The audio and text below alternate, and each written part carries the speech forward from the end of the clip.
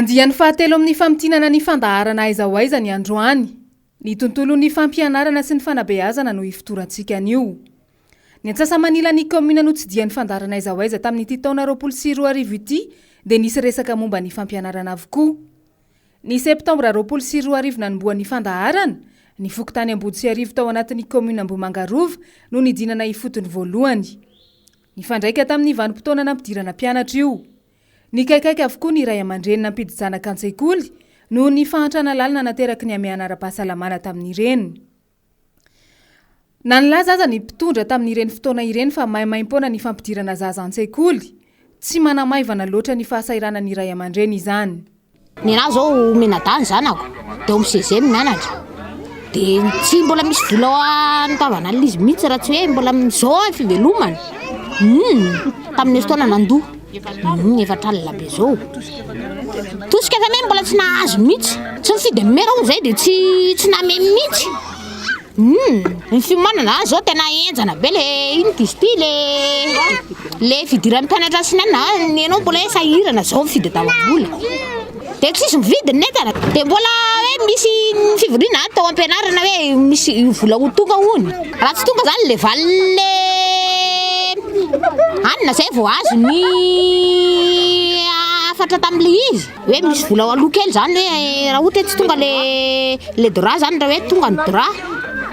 Dia mahazo fanampiana kely tsy mandoa le saram-pianarana ianao na mety tsy azo. Manahoana nefa ny fanomanana fitaovam-pianarana ho an'ny ankizy amin'izao efa navidy be. Ka eo le saram-pianarana aloha zao novonjena. Dia mianina mbola tsisy complet, mbola tsisy anina mihitsy, mbola tsisy complet mihitsy ny fitaovana. Nefa ny ho an'ny volana ambony iny hiditra. Tsy nahazo fanampiana mihitsy tamin'ireny. Dia zao zany zao mbo hoe nisy le tomobile dia mbo milamindamina kely.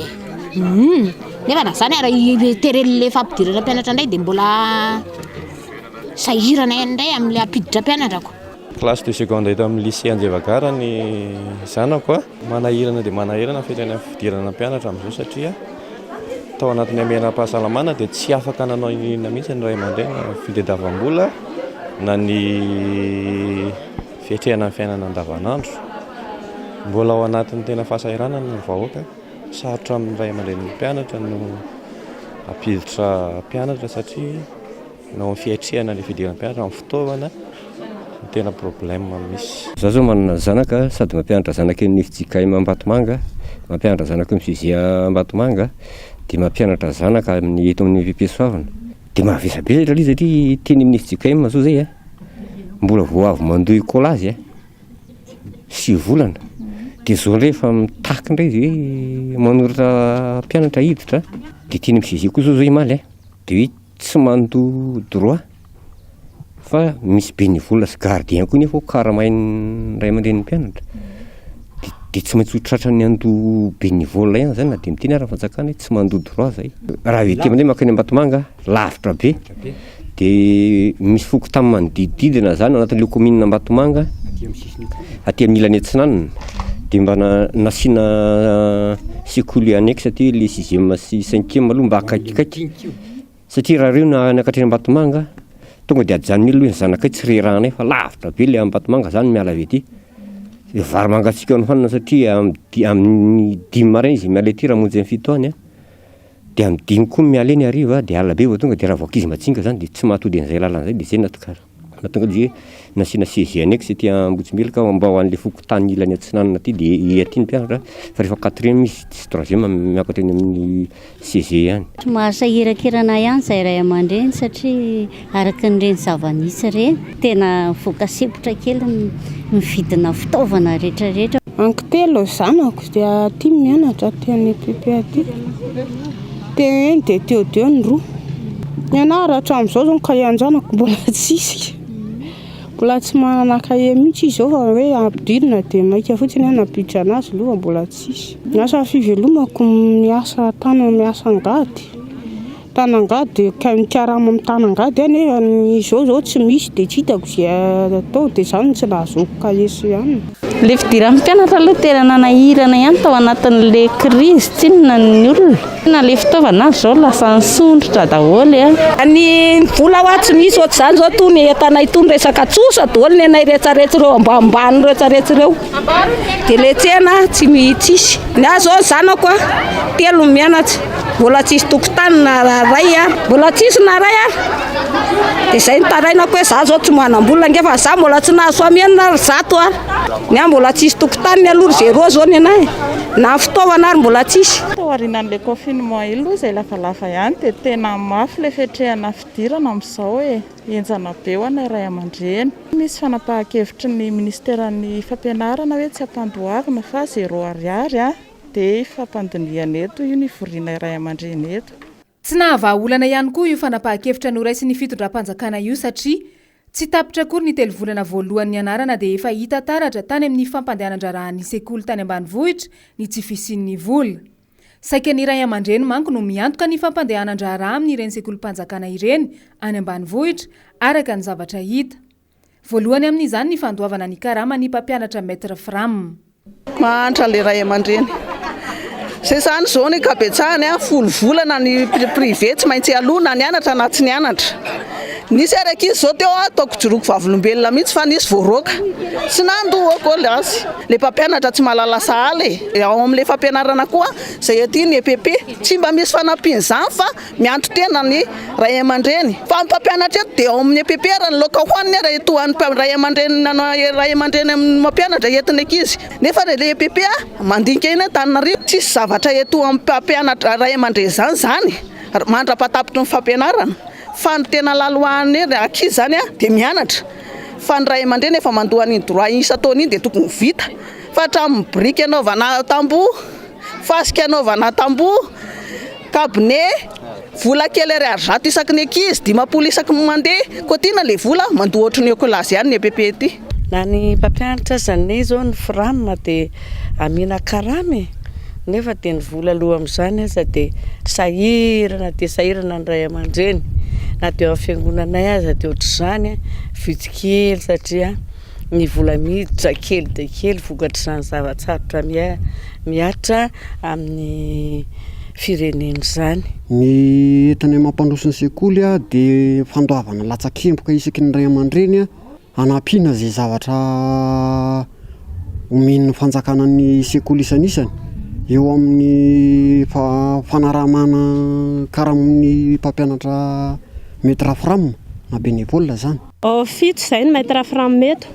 3 maître Fram subventionné dia ny 4 non sub. Izay zany mba mangataka fa araka ny tenin'ny fitondram-panjakana dia tsy mandoa vola intsony ny ray aman-drenin'ny mpianatra. Dia izay nefa ny tena ray aman-drenin'ny mpianatra ny tena nandoa ny karamanay hatr'izay dia mba mangataka amin'ny fitondram-panjakana zany izay maître Fram mba hijery anay akaiky satria tena matsiaro sahirana dia sahirana izay. Ny asa nefa tsy maintsy atao. Araka ny voalazan'ny filoham-pirenena ankehitriny ireny hoe miala ny tsy andoavam-bola amin'ny fidirana amin'ny ekôlim-panjakana kanefa tsy izay ny zava-mitranga ety amin'ny commune misy anay satria ny droit amin'ny fanjakana aloha ekena fa mety hoe tsy naloa fa eo ihany koa ny mpampianatra Fram dia tsy maintsy alohan'ny ray aman-dreny mampiditra mpianatra. Ka famaofao be le resaka hoe andoavana tsy andoavana fa misy rafitra tsy mifandamina dia lasa miteraka olana ty amin'ny ray aman-dreny sy ny mponina ety anivon'ny commune. Lasa resabe le izy. Hatramin'izay aloha ny zava-nisy teto aminay ny mpampianatra rehetra mihitsy ato anatin'ny lycée communal Anjevagara dia mbola Fram daholo.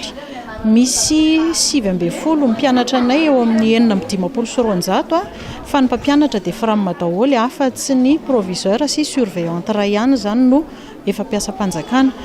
Dia ny zavatra ny ainanay hatramin'izay dia mandoa vola isan'ny ray aman-dreny andoavana ny karaman'ireo mpampianatra Fram rehetra ireo.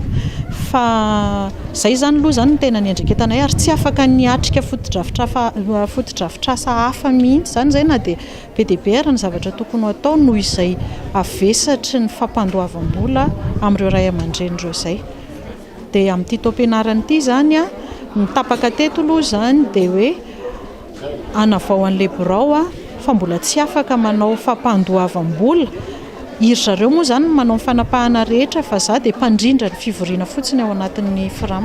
Manoloana ny afatra nampitain'ny fanjakana mikasika ny gratuité de l'éducation zany dia voakasika izay ihany koa zahay. Raha ny foto-drafitrasa indray ny resahana, betsaka ny nahazo tombony tamin'ny fahazoana trano fianarana mafy sy mateza nandritra ny fitondrana 3 ka hatramin'ny 7.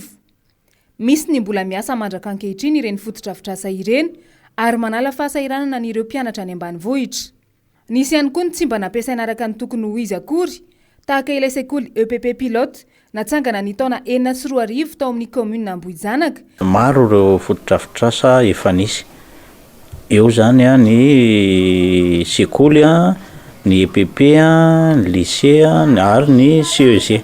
Tany vanim-potoana amin'ny fitondran'ny Andriamatoa Marika Ravalomanana navitana ny sekoly azo lazaina pilote eto anivon'ny Madagasikara. Izy no nametraka n'izany atao hoe sekoly pilote zany izay mitetina 7 miliara d'ariary. Nandiso fanantenana mponina tety amin'ny commune Ambohijanaka ihany satria sekoly pilote no nananganana an'io 7 miliara d'ariary io dia ireo mpitondra teteza mitaty aoriana no namadika anazy lasa CEG.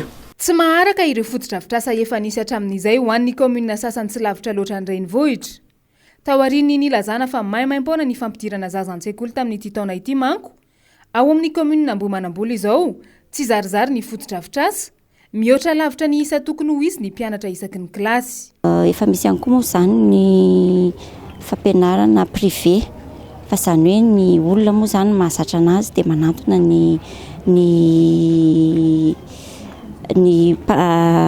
fampianarana ara-panjakana foana dia izay hita mihitsy hoe tena mbola tsy maharaka, tena mbola be dia be ireo zaza te hianatra nefa tsy afaka manaraka an'izay izy noho ny fahakelezan'izay foto-drafitrasa amin'ny resaka fampianarana izay. Betsaka ireo tamin'ity taona mihitsy aloha zao zany tena hita hoe betsaka ireo tsy afaka notsono le fahasahiranana be dia be tao anatin'ny confinement koa moa.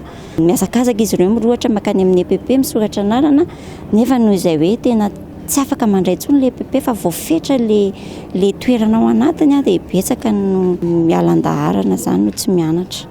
Manao multigrade ny T1 sy ny T2 na CP1 CP2 dia mitokana ny CE multigrade ny T4 T5 hatramin'izay fa tamin'ity taona ity zany dia nitokana ny T5. Ny fampianarana misy ety aminay zany dia azo lazaina fa miaina ao anatin'ny zavatsarotra, tsy ampy ireo fitaovana eo amin'ny ray aman-dreny, ray izay aloha resaka ekônomia, faharoa eo amin'ny fampianarana amin'ireo ankizy satria tsy feno ny materiel didactique, indrindra amin'ny resaka ara-pédagogie. Tsy ampy konkoa zany ny formation satria raha liam-pandrosoana amin'ny asa fanabeazana dia tokony zany anatika formation limbovao lalandava amin'izay.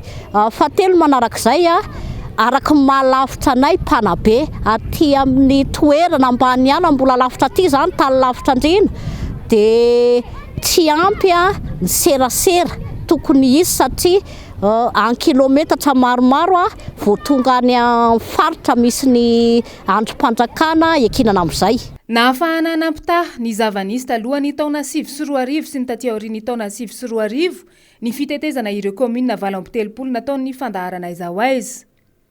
Taloha nanamaivana ny fahasahiranana ny ray aman-dreny ny fampitaovana nataon'ny fitondram-panjakana tamin'ny fizarana kit scolaire complet sy hatramin'ny blouse-ny mpianatra mihitsy aza. Mbola betsaka ireo mpianatra any amin'ny commune ambanivohitra any no manao ireny tablie nozaraina talohany taona 7 ireny rehefa mandeha mianatra. Mahatsiaro tsy misy mpiay ny mponina any ambanivohitra ankehitriny satria tsy hita ny fitondrana fohibe intsony ny olan'izy ireo eo amin'ny fampianarana. Vitsy le sekoly fa na eto amin'ny fokotany ara tsy misy EPP dia mandrato any 4 km 3 km ireo mpianatra ireo ankizy tokony mianatra. Ny sasa moa dia tsy mahady lalana dia mijanona ao an-tranona le ankizy kely T1 ara dia tsy ady lalana izy dia hijanona ao amin'ny ray aman-dreniny dia avy eo amin'izay lasa manjary abadona eo amin'ilay mpianatra.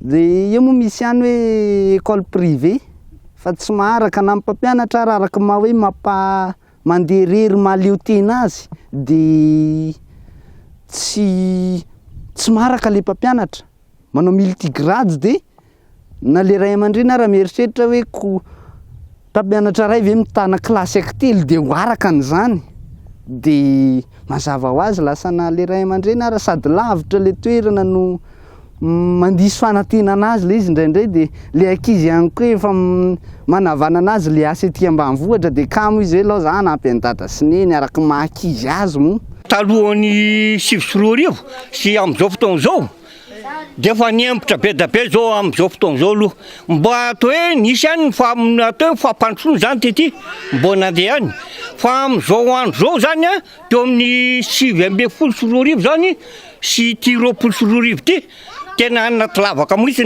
mahazo ny vahoaka enjana dia enjana aloha ny fampianarana zao ty satria na dia zany droit zany zao amin'izao fotoana zao dia efa tena amin'izany sekoly privé zany dia enjana mihitsy mba nitinitsy izy aloha tamin'ny fitondrandra valomanana satria nisy reny fanomezana mena mpianatra reny ohatra tamin'ny école EPP io zao dia mba fa nisy ny fanomezana na cahier na W zao efa nisy tonga titenikio. Fitaovana zany dia tamin'ny andron'ny président Marc Ravalomanana no nahazo fitaovana ny kit scolaire ny ankizy sy ny mpampianatra. Tatoriana tsy nisy tsony ny fanampiana tahak'izay.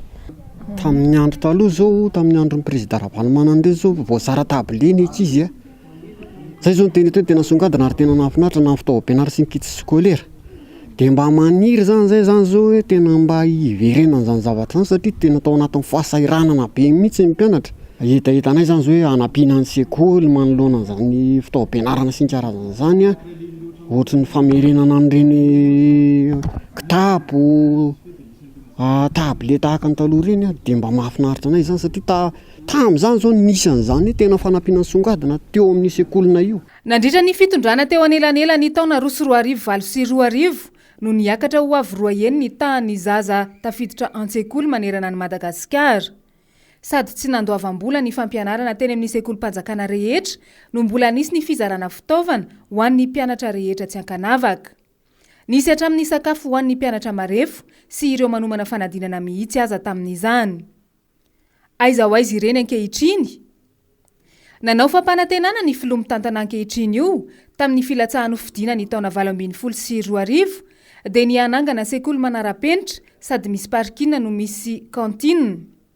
Hatramin'izao aloha tsy hita izany fahatanterahan'ny fampanantenana izany. Misy ihany ny fananganana io sekoly lazaina fa manara-penitra io izay efa nanomboka volana vitsivitsy izay tahaka ny any Mahajanga sy ny ao Ankadinandriana. Ny arahana hita nefa ny fitaraina ny mponina fa tsy ny zaza malagasy rehetra no afaka misitraka ireo EPP lazaina fa manara-penitra ireo. Ary tahaka ny tainam-bo ihany koa izany ka ny avo ihany no tovanana. Izany hoe ny commune efa manana sekoly ampy ihany no mena ilay EPP manara-penitra fa ny commune tsy manana dia mipetraka amin'ny tany hatrany ny mpianatra ao aminy. Fehiny zaza malagasy maro no nisitraka ny tolo-tanana avy amin'ny fitondram-panjakana teo anelanela ny taona 2024 sy 2025. Ny ato avokoa ireo fanampiana rehetra nanamaivana ny fahasairana ny ray aman-dreny ireo nanomboka ny teteza mitaka mandraka ankehitriny. Vaindohan-draharaha tao anatin'ny MAP Vision 2007-2012 anefa ny fampiroboroboana ny sehatry ny fampianarana, ny fanadiovana io sehatra io amin'ny kolikoly ary ny ady amin'ny tsy fahaiza mamaky teny sy manoratra. Tsy hita taratra intsony ny fanomezan-danja ny fampianarana taty aorian'ny taona 2025 sy 2025. Raha ny tena zava-misy aza amin'izao andro iainantsika izao, nanjary fomba fanao mahazatra ihany sisa ny mandefa ny zanaka an-tsekoly ho an'ny ray aman-dreny, fa tsy misy tanjona mazava hatafita ny zanany loatra. Ho sarotra araka izany ny anantena fampandrosoana ho an'ny Madagasikara raha tsy ny tsirairay mihitsy no miombon-kevitra hanarina ny tsy mety eo amin'ny sehatry ny fanabeazana.